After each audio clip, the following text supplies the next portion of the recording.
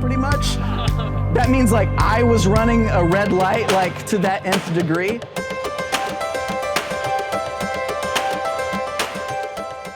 We did it. We're at the very first young adult gathering ever. You guys are kind of like on the ground floor of like a brand new ministry that we're launching here at High Street. I really do believe that you can absolutely move from paralyzing potential of young adulthood to action that makes a difference. We're creating a space, creating a community for other people to experience God in a way they've never experienced him before. And I do believe strongly that young adults have the potential to change the world. I really do believe that there are people in our church who are looking for people to go and talk to them and invite them to be a part of our small group, to be a part of young adults gathering, because they need that community. I've been in that young adulthood, and I still feel like I'm figuring that out. What is my new normal? I think that's another way of saying, what is life really like right now? And I think the most profound thing that I have learned as a young adult is that God gives meaning to my normal.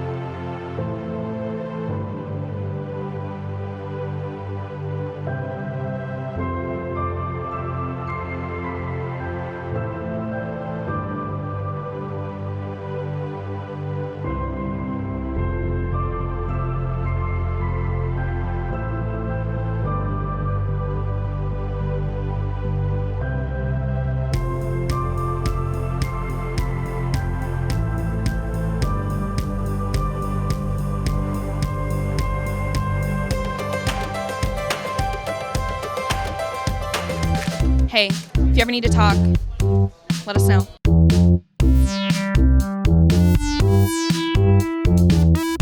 Walking through the PSU, we just beat the rush. She had some loose teeth, and so Can you please explain what you mean by that? her tooth was loose, and it bled a little bit.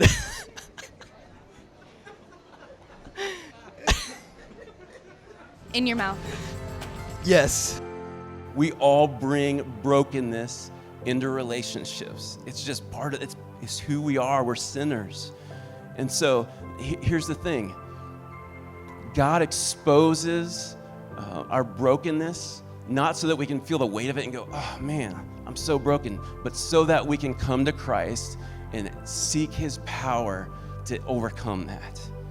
Don't engage in a relationship for the sake of yourselves and hinder their future marriage as well as your future marriage because you want to have fun. A God-centered marriage is an earthly example of what Christ's relationship with the church looks like. And so the question isn't when, but how. How will you respond? You can be both a faithful and a reasonable person. The point is that your committed belief, your faith, can be logical. It can be backed up by reason, by evidence, and that's who we want to be as Christians. I don't think the less you think, the more you believe. I think the more you think, the more you're going to believe. The more you find out about God, the more you're going to be comfortable in who he is. You know, one of the most convincing arguments for me to the truth and the reliability of the Bible is the spread and the movement of Jesus throughout the entire world. Think about it. Jesus never held an office. He never wrote a book. He didn't have any money.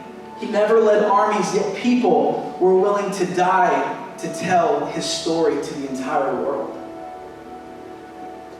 What would cause a group of men who weeks before were terrified and scattering and hiding during the crucifixion of Jesus to suffer and die to tell his story just weeks later? For me, there's only one conclusion: that Jesus was, and is the Messiah.